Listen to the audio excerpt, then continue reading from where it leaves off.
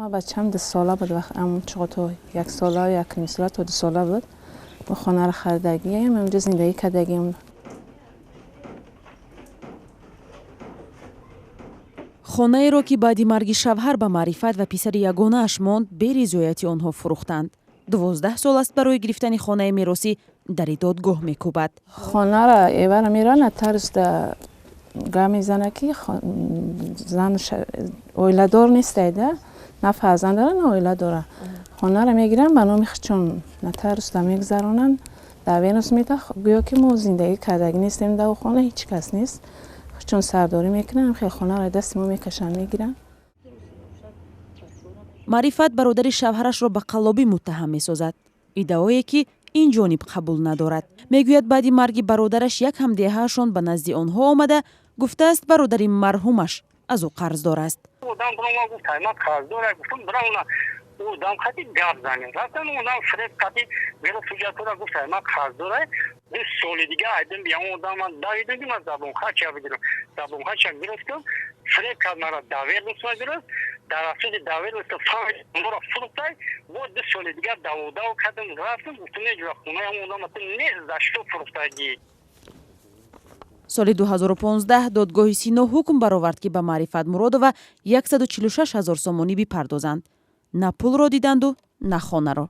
در حوزه شرایط وضعی در کوارتیر زندگی کردیم شرایط وضعی بچه‌م تا حوزه 18 ساله تا 19 سالگی را رفته است. من خودم کار کردگیم خودم گویا که بچه خودم به جای رساندگیم یگان تای مرا یاردم کردگی نیستم. پرونده از جانب سود اولی موردی بررسی بر طبق قانون همسر و فرزندان در تاجیکستان میراثخوار درجه اولند. وصی با تصدیق نотариус یا وصیت‌نامه تعیین می شود. مال و ملک میراثی کودکان رو از خود میکنند یا غیر قانونی خرید و فروش میکنند. در این حالت پروکورور میتواند حقوق کودک نابالغ را حمایت کند چون که با پروکورورها این خیلی صلاحیت قانون داده است. مقامات وصی پرستاری نیز میتوانند وابسته به این مسئله گذاری کنند در نزد سود. همچنین کمیسیون حقوق کودک است.